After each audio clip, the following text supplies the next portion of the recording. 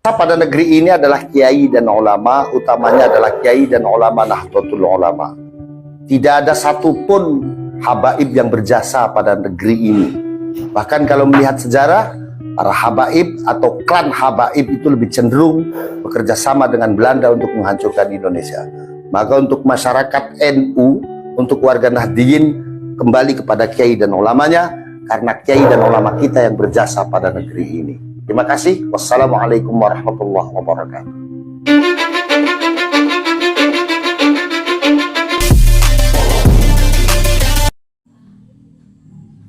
Kita semua sudah mendengarkan ya cuplikan video bersama Gus Faris Buntet. Beliau dengan tegas dan lugas mengatakan bahwa yang berjasa besar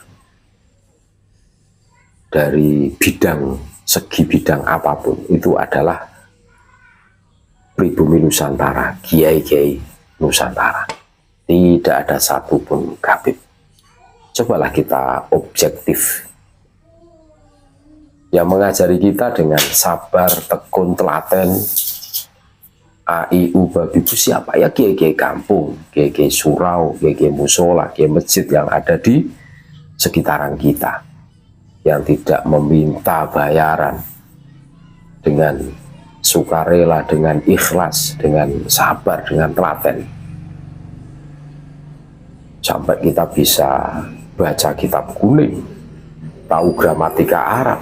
Itu kiai-kiai Nusantara, kiai-kiai kampung. Tidak ada satupun kabib. Kami sepakat dengan statement dari Gus Faris yang begitu jelas dan lugas. Ini dalam rangka apa? Untuk menyadarkan kita sebenarnya itu. Bukan rasis, bukan.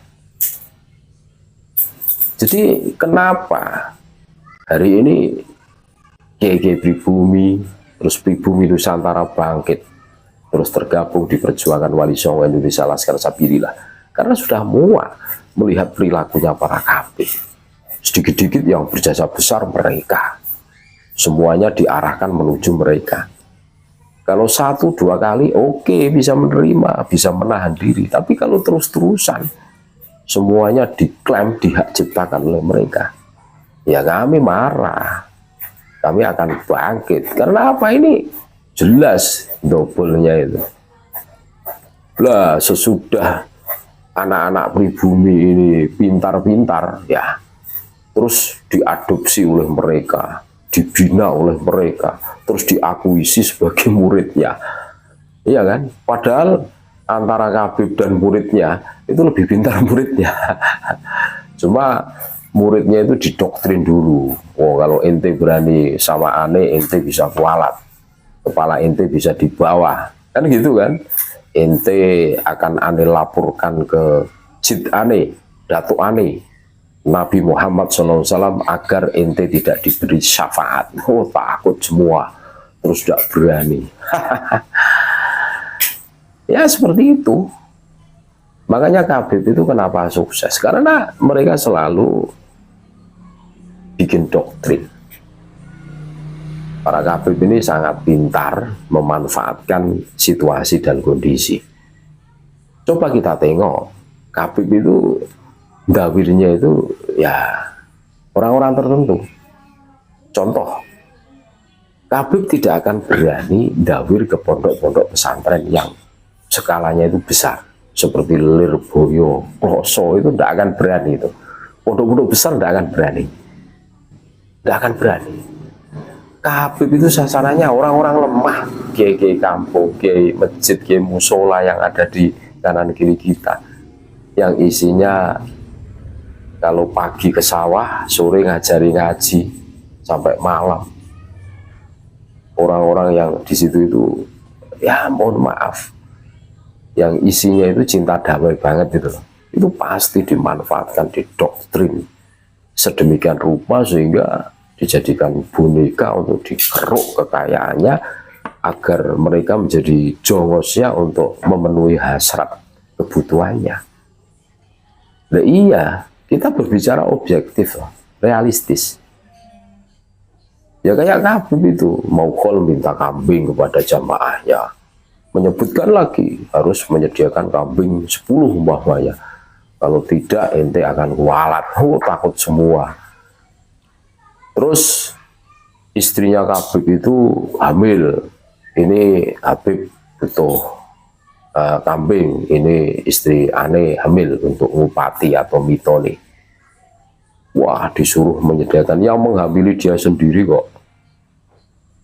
Sambat kepada orang-orang pribumi ini kan lucu ini. Ya tipikal kaum dobel ya seperti itu kan. Makanya ayo sadar saudara-saudaraku, kalau kita terus-menerus dicengkram oleh doktrin dalam cengkraman doktrinnya kaum Tobolowi, kita tidak akan berkembang. Kita akan selalu menjadi inlander, menjadi jongos. Otak kita tidak akan merdeka. Kami tidak mengajari kebencian, tidak. Kami tidak mengajari tentang kesombongan, tidak. Ini sebagai edukasi lah, pencerahan. Sebagaimana yang disampaikan oleh Gus Faris di atas kan. Kita objektif, kita tengoklah faktanya itu seperti apa yang berjasa besar di Nusantara dari segi apapun. Itu adalah pribumi, leluhur kita, kiai-kiai kita, guru-guru kita. Habib itu, makanya Habib itu rekam jejaknya itu yang mendukung Belanda. Diperkuat dengan adanya Usman bin Yahya yang menjadi mufti Batavia, dibayar berapa gulden 1 bulan itu kan. Makanya tugasnya itu ya menghantam pribumi, menyalah-nyalahkan Toriko, karena yang berjuang keras menghadapi Belanda itu ya ikhwan-ikhwan Toriko kan itu, yang tidak takut mati kan itu. Untuk hubul waton minal iman, disalah-salahkan, katanya Toriko itu sesat dan menyesatkan, padahal dirinya sendiri yang sesat dan menyesatkan gitu kan. Ya seperti itulah dari sejarah perjalanan datangnya Habib itu kan yang membawakan VOC Belanda. Kami sudah sering membicarakan itu semua.